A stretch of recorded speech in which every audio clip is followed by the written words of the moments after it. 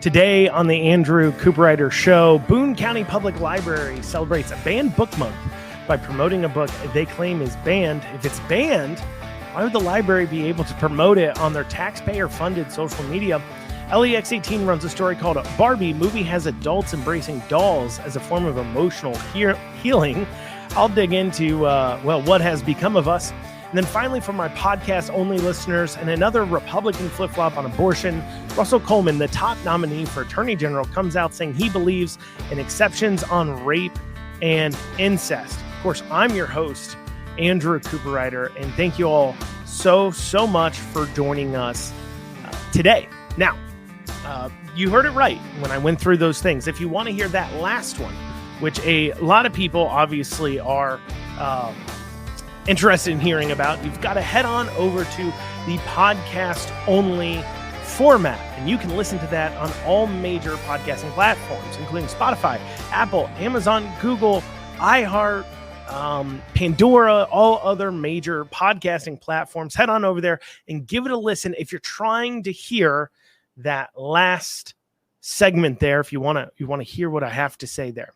But otherwise, make sure you like, comment, share, and subscribe. If you want to reach out to the show, you can email me at info@theandrewshow.com. Once again, that's info@theandrewshow.com. And now, without further ado, let's dig down into it. So maybe you've heard it's Banned Book Week or month or whatever. Probably should have checked that out before I started, but it's banned whatever.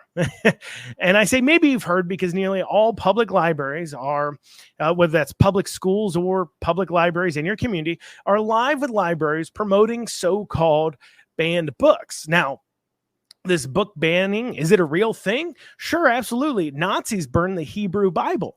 That's a book banning. Now, do you see any of these libraries promoting the Hebrew Bible on Banned Book Week? No, of course not, because nowadays, in our modern times of stupidity, book banning can simply mean a book that some in the community at some point have said, we don't want in our schools or public libraries. Or better yet, have just said, we don't want that in that section of a library. Now, libraries in public schools, and it may shock you to learn this, are publicly funded entities. Having discussions and making policy with the input from the taxpayers who fund these entities and pay for the books is not book banning. There is no way every single library can carry every single book that has ever existed.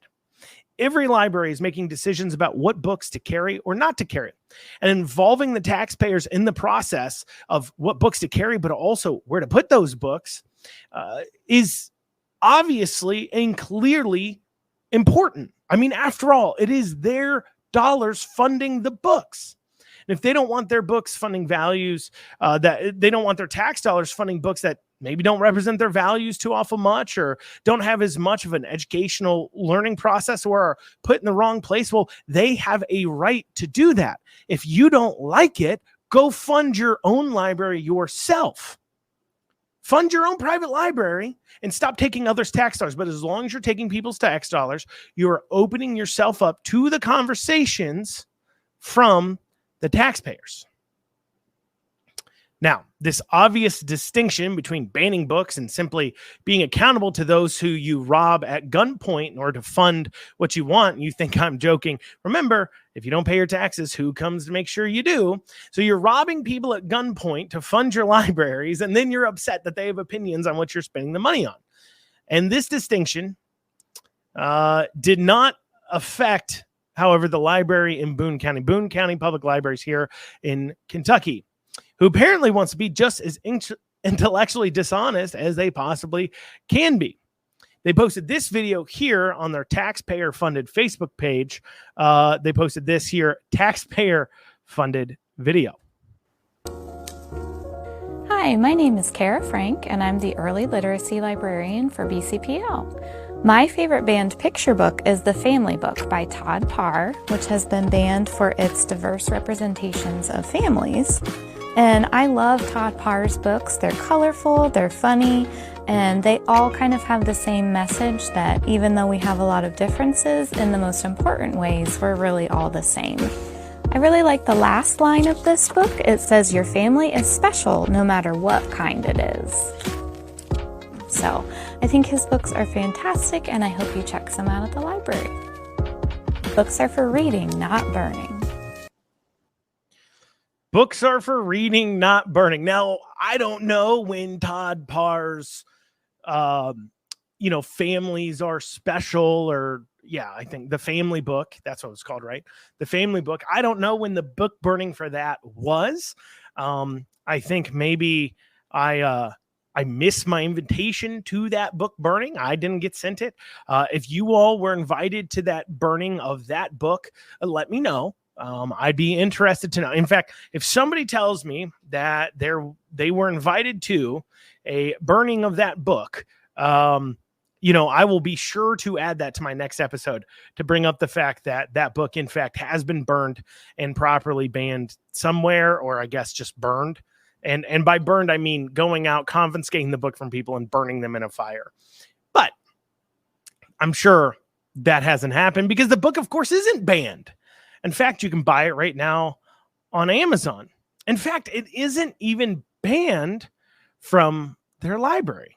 As she is sitting there in this taxpayer-funded video, opening it, holding it, reading it, opening it up in a taxpayer-funded building on her taxpayer-funded time.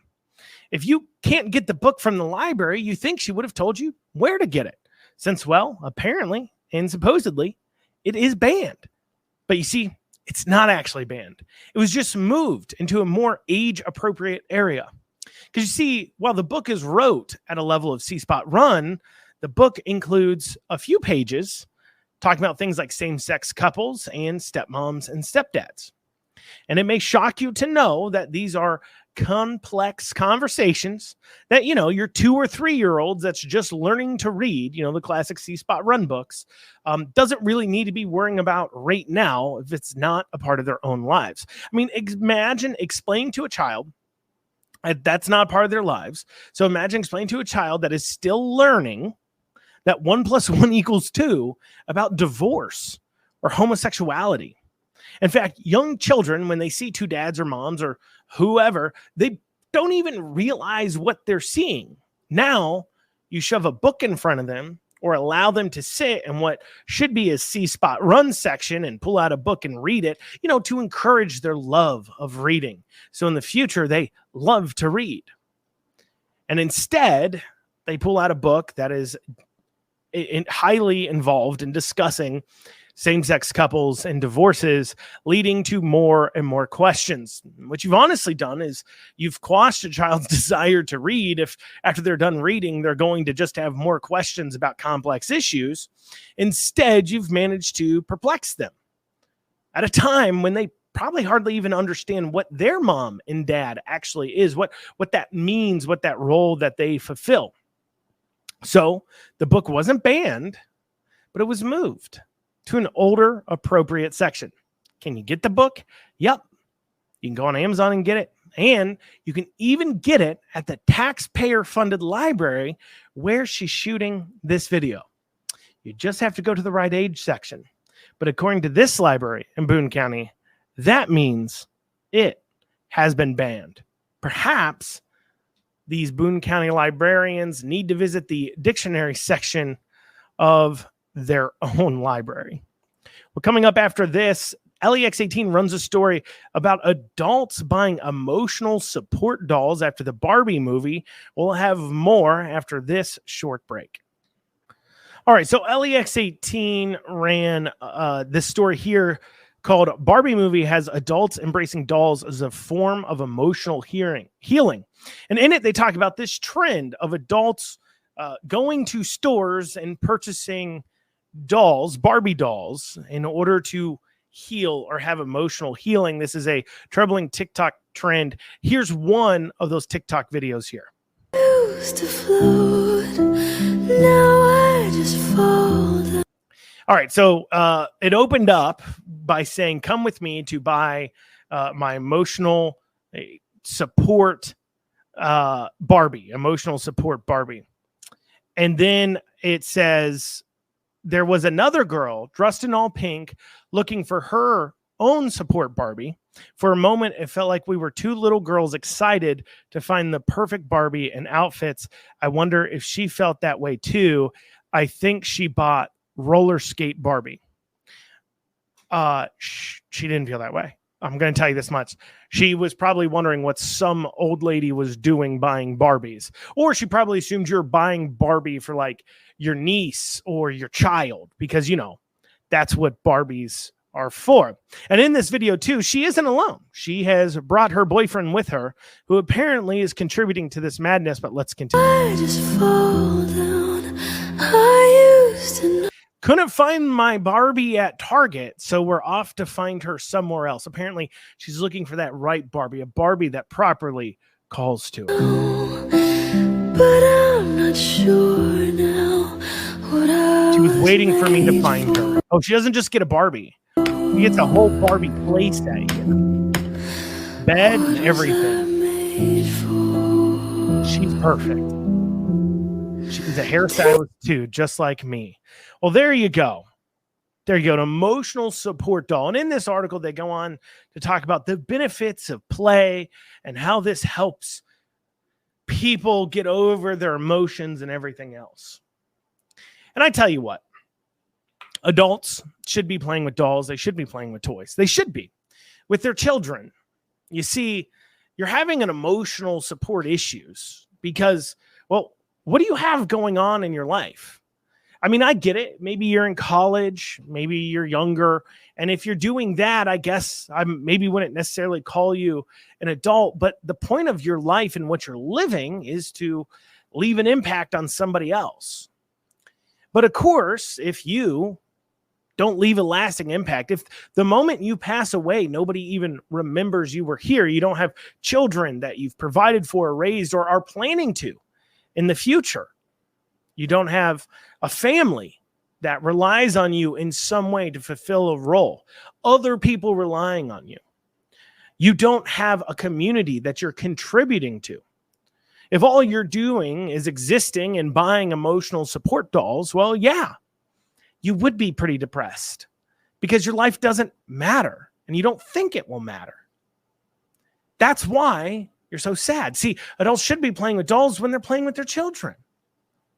That should be when you begin to play again with your kids. That's really emotionally fulfilling because you're reminded that people are relying on you. That is providing meaning to your life. Now, it wasn't just me saying that, saying this. Of course, other people chimed in. I commented on the article itself on Facebook talking about this issue. But apparently, this buying of Barbie has caused adults to take to social media to talk about how they've tapped into their childhood, often leading them to discover something that was missing. In a quest to fill that space, many of these people have made special trips to store in order to buy an emotional support Barbie doll. Emotional support. Interesting. And that's not the only one. There's several of these TikToks, of course, but psychologist Dr. Sarah Walker chimes in. She says, I was inspired by the concept of comfort objects. Children often form attachments to objects like stuffed animals or blankets. I wondered if adults could benefit from similar concepts. They can, but not objects, but family and children, accomplishments and meaning in their life, trying to achieve something. Now, of course, they go on to throw out this in this article, this mumbo jumbo of how how Barbie dolls help you externalize your thoughts and feelings to an inanimate object. And that can be therapeutic. But of course, this is absolutely a symptom of a society that is struggling for meaning, that is struggling to understand what's going on in life. And what's interesting is when I commented that, and I said, look, this is the bisque here to all of our mental health issues is to live a life of meaning. And if you're struggling to figure out what that meaning is, have children, get involved at your church, reach out to others, become a part of a group that volunteers, make an impact on others' lives. Stop living selfishly for only yourself. So I made a comment about that, and some people commented, obviously, back. And one of the comments was, who hurt you? That's what they said. Who hurt you? Just leave them alone. Let them play with their dolls. Why does it matter to you? Well, it matters to me because, one, clearly it matters. You have a media outlet making articles about this, spending time reporting on this. So you're telling me I'm supposed to care about it, but only if I have the right opinion, of course. But then it also matters because what it means as a symptom of our society as a whole. And instead of telling people, hey, emotionally struggling, feeling hopeless in life, feeling like there's nothing worth living for, feeling mentally unwell, struggling with depression, go out and do something for others. Early on in my life, I studied a thinker / he was kind of like a sales guy, but a thinker, and his name was Zig Ziglar. And one of the things he always said was, if you want to get what you want in life, help enough other people get what they want in life.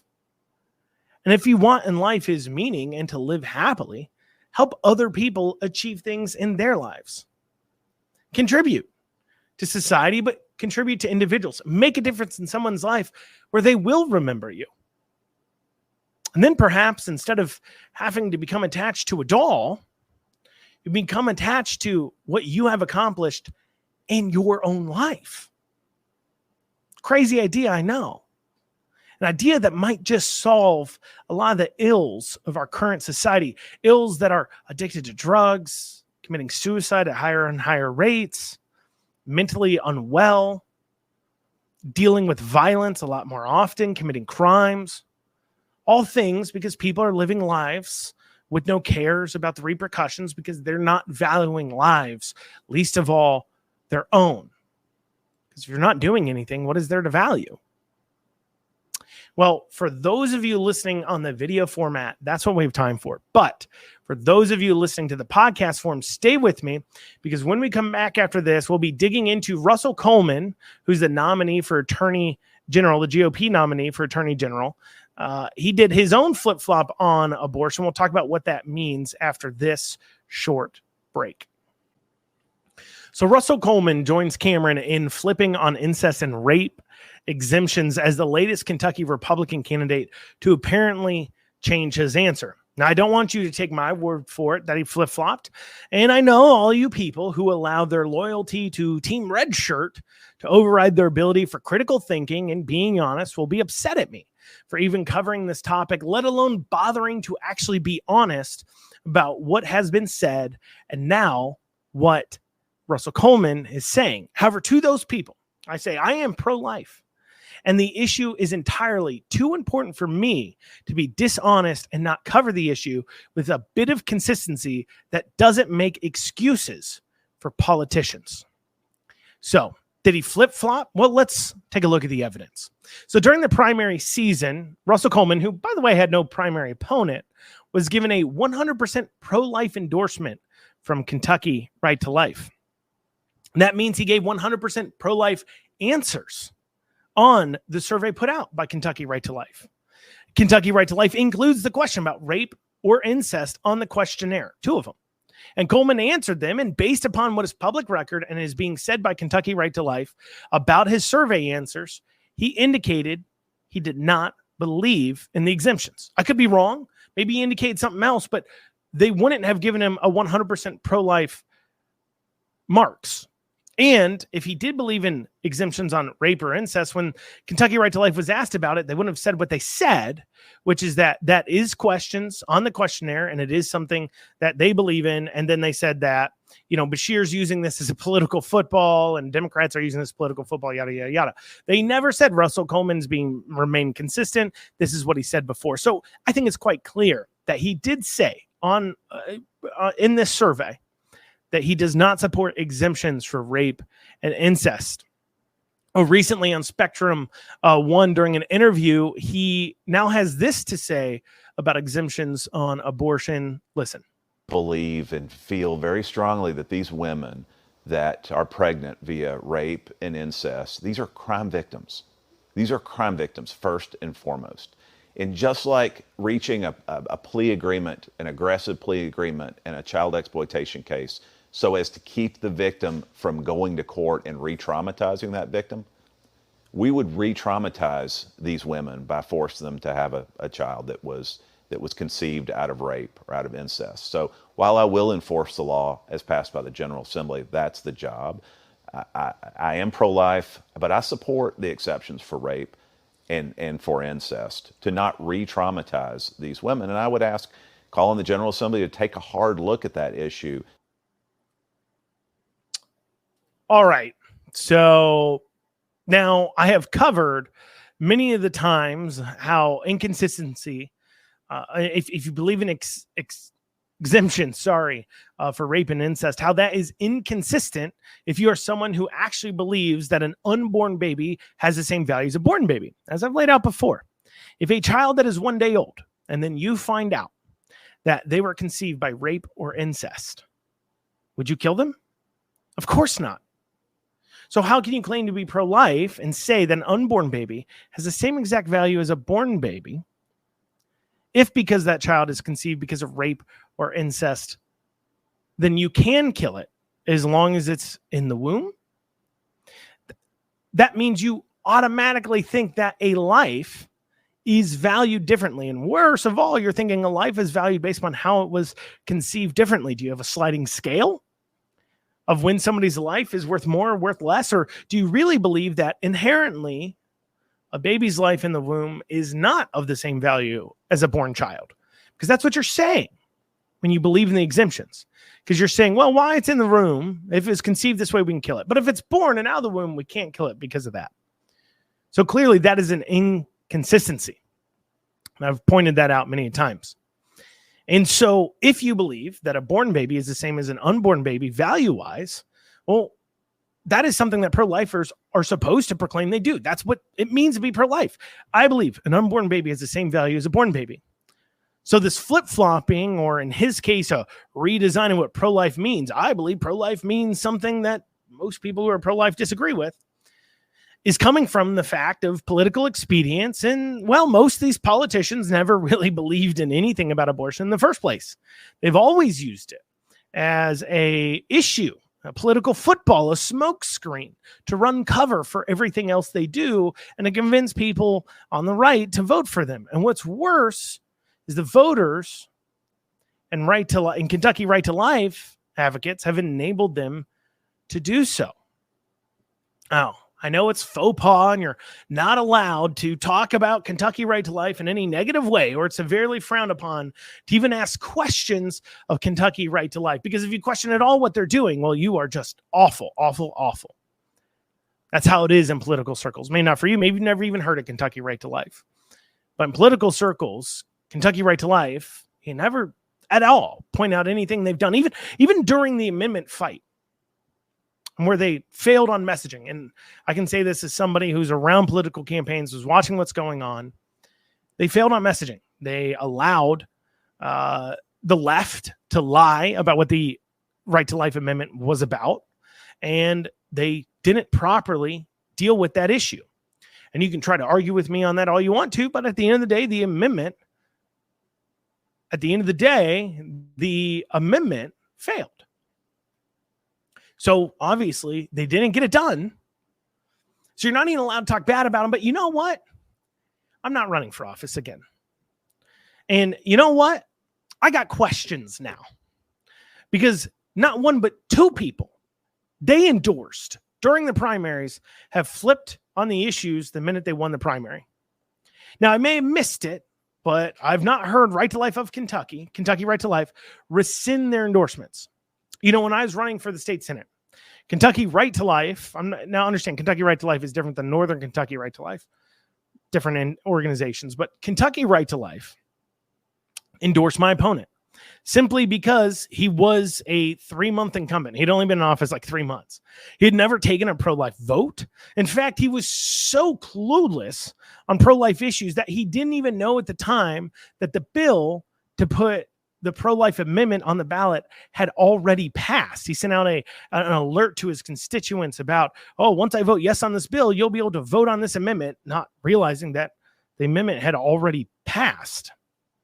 He'd even donated to Democrats and non-pro-life candidates. Yet we answered the questionnaire the same. They could have doubled endorsed. They do that in elections, but they didn't. They endorsed my opponent because the establishment knew it was a close race, and it was. And the establishment needed them to endorse him. And so that's what Kentucky Right Life did. They were a tool of the establishment and gave them what they asked for in order to make sure that they continued that relationship with the establishment to try to get right to life issues passed. So they endorsed my opponent because they were asked to by the establishment. And that's what they did. Then some of my supporters, not my campaign, but people who support me, vote for me, called out Kentucky Right to Life for being a tool of the political establishment. And then when I ran for state treasurer, they endorsed my opponents, only recommended me. Why? They stated why. My answers were all good. My actions have all been good. They stated it right on the voting guide. Why? They said because people who supported me said mean things about them during the last election. They actually said my campaign. They didn't say I said anything bad because I never did. They said my campaign, but these people weren't on my campaign. They were not paid by my campaign. They're just people who supported me. And because they said something bad about them, well, they couldn't endorse me in the state treasurer's race because that's what they care about more than pro-life issues. They care more about feeling special. They care more about holding on to power. Because you see, in politics, if you actually want to be politically respected, well, you have to be politically feared. And it's clear that Kentucky Right to Life is no longer being politically feared. Something they need to take a good hard look at. Because right now the establishment in the state are not afraid of you. They're not afraid of Kentucky Right to Life, and why would they be? Kentucky Right to Life has always done what they were told and provided cover for some of the worst politicians. I mean, Russell Coleman had no reason to even fill out their survey. He had no primary opponent at the time, but he did it anyways because he knew he'd be able to change his mind later and face no repercussions because of it from Kentucky Right to Life. Now, I am going after Kentucky Right to Life a little bit because this is their issue. We've got a Republican supermajority, and the primaries being the only real contest now, and the person who can claim to be the most pro-life in a primary in an election, especially a Republican election, really matters. So getting that little seal, that little endorsement can matter. It makes you the more pro-life candidate. The establishment knows that. That's why they've been using them. And now, because of Kentucky Right to Life's decisions, they're facing a backslide in the pro-life fight in Kentucky. Whether it's because the amendment failed and they're unable to properly message on it, or if it's because they keep endorsing the same people who are now spearheading this push for backslide. The same establishment they buddied up to. They've overlooked these establishment politicians' transgressions, incompetencies, lies, and corruptions on all other issues because they really, really promised they would get done what Kentucky Right to Life need them to on abortion. Ignoring the fact that they were literally morally bankrupt on almost every single issue because they promised we will give you what you want. But here's the thing. You can't trust people who never had any convictions in the first place on an issue. As soon as your issue or the principle for which you stand for becomes too inconvenient for them, too hard for them to hold on to, they will drop it because it's always been about politics for them. It's not about the principle. What's funny is listening to what I just said, Kentucky Right to Life people and their leadership and people who are associated with them will be more upset at me for calling out how we're backsliding on pro-life issues here in Kentucky, and they hold some of the blame for this, than they will be at the candidates that they endorsed that lied to them and is now hurting that same cause. They're more mad at one of the only Republicans with a platform willing to say the truth, that these people flip-flopped. It is hard to find another Republican that is in the public eye willing to say, yep, Cameron flip-flopped. Yep, Russell Coleman and Pierce flip-flopped. That's not good. No, instead they make excuses for them. And so they'll be more mad at somebody who's more committed to defending pro-life issues than they will be at the same politicians who are destroying it right now. Now, why did Russell flip-flop? His election isn't close. He's double digits ahead of his opponent, and he's got almost $1 million last I looked, and she had like 150,000. Maybe he was afraid the abortion issue would turn out people against him as advertising for the race would start in the next month. Maybe he just was shown some poll numbers and prodded in that direction, or perhaps he did it to take some heat from the pro-life crowd off Cameron. After all, Russell Coleman and Cameron are good friends. He was even best man at Cameron's wedding. Regardless, it appears he did flip-flop, and obviously we need to be asking questions about how deep do any of their convictions actually go. Does this mean Russell or Cameron are bad as Democrats on the issues? No, of course not. That'd be dishonest to say they're just as bad as Democrat. Well, no, that's not quite right. And understand this too. When a Republican does something that isn't conservative, when a Republican does something that isn't pro-life, or a Republican does something that goes against the Constitution, it's not a feature, it's a bug. For the Democrats, it's a feature. For us, it's a bug. We actually have a platform we can hold people accountable to. That's why I'm a Republican. But for you, single-issue pro-life voters, I don't know what to tell you. I mean, Coleman did say he would enforce the laws as passed, even if he disagrees with them, which is better than a Democrat would do. But still, both Coleman and Cameron have some influence with the legislature if they're elected, Cameron more so. On Cameron, he's more pro-life than Beshear, but of course the difference is that Beshear won't ever influence anything our legislators ever do, but Cameron can. And well, now that I have managed to upset every single Republican politico for saying the cold hard truth, saying the things they just won't, just saying the facts, we'll end today. We'll see you back here tomorrow on the Andrew Cooperrider Show. Have a great rest of your day.